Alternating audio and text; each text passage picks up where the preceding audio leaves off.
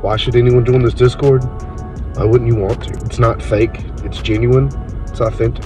It's well worth it. The Discord has been nothing short of meeting new people who are incredibly like-minded, giving each other a bunch of ball busting, but also being there to support each other in whatever life throws their way. The best part of it for me has also been able to connect with lifters of all levels, help coach, get coached, and also connect with other new fathers who are enjoying the journey of lifting and trying to balance that out. It's the glue that holds all of us together. A common interest will bring people from different walks of life, people who are multimillionaires, these characters and everything else in between, united under one thing, the pursuit of strength. I think most of us would agree that getting a coach is a great step forward that an athlete can make to make greater progress. But what if you had two coaches? What if you had a whole bunch of coaches and a whole bunch of driven elite level athletes and like-minded people all in your corner trying to make you better? That's exactly what you're going to get with the Table Talk Discord crew. Have to, whatever. It doesn't matter what it is as long as it's consistent. Mm-hmm. And now they've all got that. They all know what time we're going to start. They all know like the progression of like, well, should I put a plate on or two? You know what I mean? They all know that stuff, but it's just taking some time. What are a couple lifts that you've done that you'll take to your grave? In other words, people, I'm sure it's been the same with you. People told me my whole life, training is not going to do anything for you. Mm-hmm. They're obviously not correct, but it's weird. Yeah. But if you're on your deathbed, they've always told me on your deathbed, you're never going to think about this, the training. And I've been there and I have, there's certain things that, what are some of the lifts that you'll take to your grave?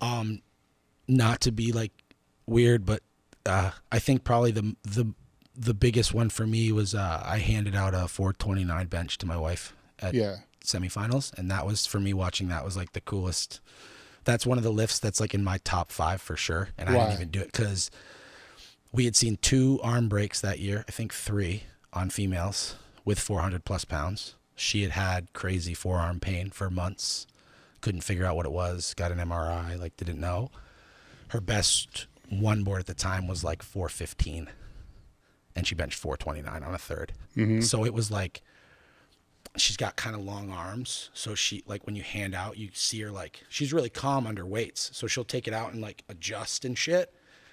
And she's a great bencher. So you hand it out and you're looking down and you can just see her elbows like, and it's like, did I just hand out a catastrophic injury basically? Mm-hmm. And then she benched it. And that was really fucking cool. There weren't as many women benching in the 4s at that time, active. Mm-hmm. So it was a really big bench at the time. I would say the 1065 was big for me to get on the board. The 1075 was bigger because I had squatted 1070 at 275 in New Hampshire, and it was like fucking this high. And I got destroyed on the internet.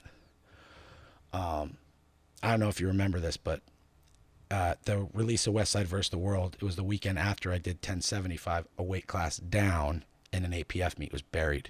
Mm-hmm. And you walked over and you're like, hey man, I saw that there's a good squat or whatever, way to like shove it in their face, or you said something to that nature because I had gotten so much shit. So the 1075 was good. That's when I learned that I could take weights wherever I needed to in the moment. And then I pulled 771 to total 2,500 at APF Nationals. And I had done a meet 6 weeks before that. And bombed, squatted 11, bombed on bench in front of Louis. And it was my second meet after leaving. Like, everybody was there. What went wrong? Tight shirt, fucking fell off, like did one of these things, and like, it was like, Joe Bayless was the head judge. So it's like, if it was close, I feel like he would have given it, and it just was like, he just couldn't, and, I would have called it too. But yeah, bombed there. And I had to do an APF meet to qualify for WPO supers that were the one that was on ESPN. So like 2 weeks before that first meet that I had bombed out of, I get a text message from Dave. Hey man, you got to do an APF meet. And I'm like, fuck, when is it? Nationals, this. Oh, it's I get married on a Thursday. It's the Saturday after that. like 2 days. Married in Massachusetts, meets in Michigan. And I'm like, fuck. So I'm in the bathroom and I'm just bummed, and Val comes in. She's like, what's wrong? I'm like, I guess WPO is not happening. Like, it's fucking 2 days after. She's like, well, let's reschedule the wedding. I was like, are you fucking serious? Like, so I had to call my mom. We rescheduled the wedding for like 2 weeks after. No pressure, right? My best total at the time was 2364. I go, open 1035. Got it. Went 1102 or 1107. Make it, go 1147. Miss. Dave said, I was all pissed in the back. He's like, bro, I fucked with your head. Like, I got you so confident with 1100 that you think you should have squatted 1147. You squatted 11 like it was nothing. You know, like he had kind of like made me feel like that was an easy weight. Went 2 for 3 on bench. My best pull at the time was 745. And we're in the back room before deadlifts, and I'm like, I got to pull 771 to total 25. And everyone's like laughing. My best 4-inch block pull was 765. So I opened with 7. I was tied with this dude, Alan Pilley. I opened with 7, make. He went 675 make. Then he went 720 something and missed it. So I went 738. Pull it. Hold it at the top, like, yeah, motherfucker. Like I thought I just won nationals. Throw it down, whatever. And then he goes up on his 3rd. And I know that crew from Florida. I know they're good with their gear. So I'm like, he might know something I don't know. Like, so we went to 750, I think, to go above him. But you can change your deadlift, you know, like last minute there. So Dave was like, if he misses this, we're going to go 771. Just try to get it to your knees. Just try. You already have a 100-pound PR total. Like, just try. And so he misses. Dave sticks his head around. He goes, big one, right? So I'm getting in the chalk, and I missed deadlifts at the very top. And Val took my headphone out, and she said something like, I don't know if she said like, you know, don't be a pussy, or she said like, don't stop pulling, basically. And when I pulled it for 2,500-pound total, that qualified me for WPO. So that was a really, really big one. What did it feel like when you locked that out? It was wild because it was one of those ones where you're like, you're going, and you feel it start coming out of your hands. And I think earlier in my career, I would have just let it go. But I was like, just like keep lifting your head, and just like, it doesn't have to be in your palm. You just have to hold it and then follow it to the ground. And so I put it down, and it was just like, you know, you look, you get through, like, yeah, you know, screaming. Then I look, and there's Dave, like, and he screams something like, that's 2,500 pounds, bitch, or some shit like that. Get a big hug from him and everything. And Kovac squatted a world record the next day. It was really cool. We were still at Westside when that happened in the night, and I think that severely pissed Lou off that I did that, because he had told me I wouldn't total more than 2350, and I went 2502. And I would say that the last biggest lift would be the single ply world record. Yeah. 1036. I weighed 258. So why that? Why decide to do that? So I saw Henry Thomason, all the respect in the world to him. He's a legend. Great squatter. I saw he squatted 1035 in like an SPF meet in single ply. And I was like, and it was a world record at 275. And I was like, I feel like I could do that. Like, I've squatted 950 bare knee in 2-ply briefs. Like, I think I can do this. And so I talked to Dave about it. Dave is an Inzer guy, Inzer, and I just didn't want to fuck around with like the sizing, and like so I just got on the phone with Titan, told him what I was going to do. I was like, I'm going to try and break a world record. These are my size. These are my numbers. Like, send me whatever you got. And so we did it. I didn't get sponsored or anything like that, but stuff showed up before the WPO Super Finals. I was going to try and sneak one in before the one that was in Florida that year. I didn't end up doing it. Went to that meet, bombed on bench. Came back 2 weeks later, put on the single ply suit for the first time, squatted 1,005 in the gym. Put the shirt on, took like 510 touched, pressed it, all good. Put the suit back on, took 980 to a 1 inch below parallel chain. And then put the deadlift suit on and pulled something off a 2-inch mat. And then went to the meet, opened with 983 and went straight to 1036 and squatted it. My parents, who were like really, they're older and health stuff, so COVID was crazy for them. They flew out for this. This was like on the tail end of everything. They flew out, so they were there front row. The video's sick. Like, come out from under it and like give them both a big hug. I actually gave my dad, we had to cut the suit off because it was cutting into my legs and shit. I ended up giving it to my old man, which he loved. But that was really special for me. The fucked up thing is, it was one of those ghost monos, so they have the rollers. Yeah. Fucking thing. Like, what is the point of that? Like, I can tell you stories. It's so annoying. So because of that, though, it's got the big underside of it, right? So I take my hooks in and I'm all the way out, right? But I'm not like a huge guy. So when I would come through, those were hitting my biceps, right? So I had to basically pick the bar and then rotate my shoulders under it. Yeah. Right? So on the 1036, I went to take it out of the hooks and I just feel something in my shoulder crunch. And I'm like, that was not fucking good. Put it back in, take it out, squat it. We're still taking my knee wraps off. And I was like, something bad just happened in my shoulder. I don't know what it is, but I'm fucked up.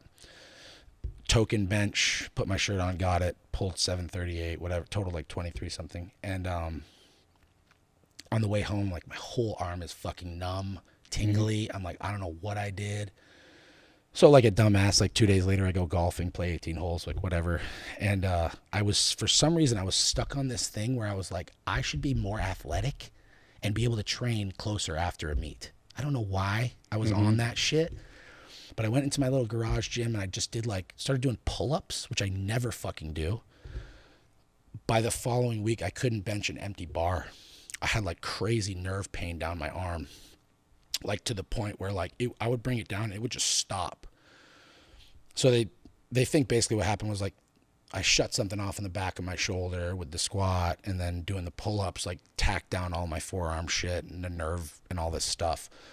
But I had to basically, it took like 6 weeks or something to be able to bench to my chest. Yeah. But it was like, I kind of so you had a thing years ago about when you hurt your back, you'd start on the safety pins and kind of work your way down. So I was like, I could bench with a football bar or reverse grip, but straight bar I couldn't.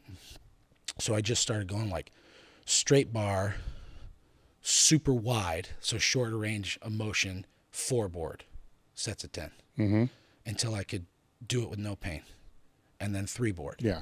All the way down until I went to a plate and so on and so forth, and kind of just like went from there. But that particular lift was huge for me because I never thought I would have like a legitimate world record. And that's like there's no like caveat. It's just a single ply 275 squat world record, period, the fucking end. And to just decide to do it and do it was really sick. However, to circle back to the beginning of our conversation, I always tell my clients, like, if you're in gear, you're in gear. If you're raw, you're raw. If you're multi, you're multi. If you're single, you're single. Like, riding 2 horses with one ass, you get hurt. And it's exactly what fucking happened to me. Yeah. Yeah. I went backwards for almost like 6 or 8 months total, you know? The funny story with the rollers is we tried that many years ago. I can't remember the year, but definitely 3-4 years before it actually came out and was what it was. And I had it for one of my UGSS things where we bring all the sponsors in. And so we have it on the monolift that when they come in, and man, the bitching, I couldn't tell because I can only use a safety squat bar. Oh, okay. Right. So it's different, but it's still like, God damn, because it wouldn't stay to let me wedge. It would fucking move all the time. And so they get in and they're just bitching. By the time they got to 405, it was like, get these fucking things off. Like, where are the old ones? Yeah.